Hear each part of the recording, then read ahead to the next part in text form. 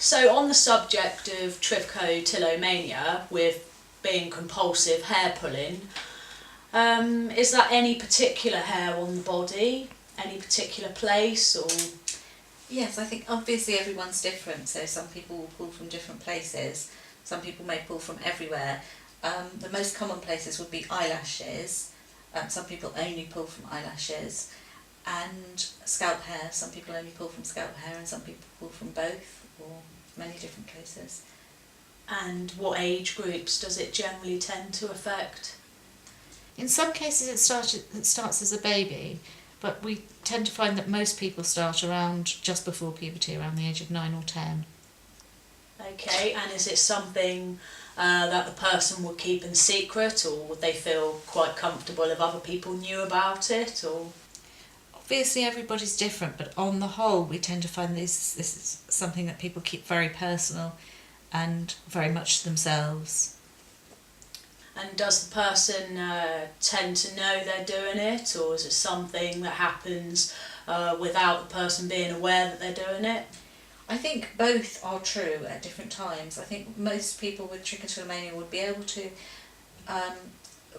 to relate to both of those situations. So sometimes they would be, for instance, sitting watching television or studying and not aware of what they're doing, and just be searching through perhaps scalp hair or eyelashes and just pull something without real awareness, or even completely zoned out, so that they're disassociating from reality by doing it. And on other occasions, most people with trichotillomania will also be able to say that they have actually just, out of sheer frustration, just grabbed handfuls of hair and just pulled it. So there's the comforting sense of seeking comfort from pulling, and there's the sheer frustration. And so how would you feel if somebody was to approach you about it, who'd noticed that you were doing it and approached you about it? As someone who has trichotillomania, I haven't pulled myself for over 8 years, I think. So, but actually when I was actually pulling, if someone had approached me, I would have been absolutely so embarrassed. I can't explain how embarrassed.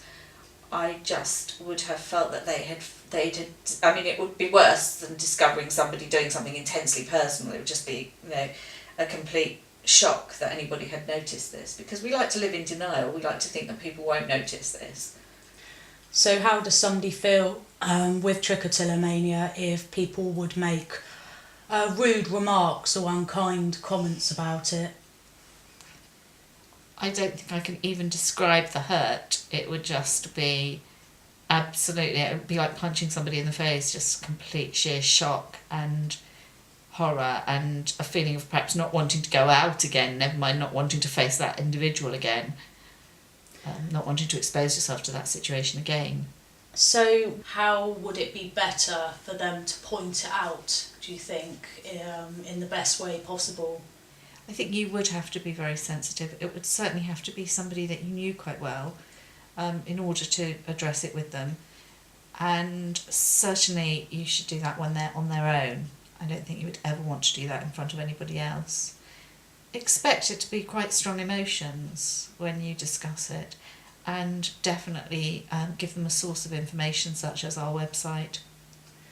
So it's not just a case where it could be considered mild stress in the figure of speech when people say I'm tearing my hair out, I'm so frustrated. It's not like that. It's where it's more of an extreme. It's more often, more all the time than just feeling a little bit stressed, and It can be. The disorder itself will vary in degrees and strength according to each person, but also according to any moment of the day. Some people don't pull every day, and other people do pull every day. Some people you would noticeably see bald patches. Other people you might never notice that they pull at all. So is there any particular ritual about the way that you would pull hair? Do people have their own individual ways that they pull? Is there any individuality between person to person? There can be similarities sometimes where some people look at the roots and some people eat the roots or eat the hair itself. There's lots of different rituals that people might have, and sometimes one person might have lots of different rituals according to whether they're pulling from because they're nice and relaxed, in which case they might just rub a hair on their lips or something to calm themselves or to stay comforted, and other situations where they might be more aggressive with their pulling.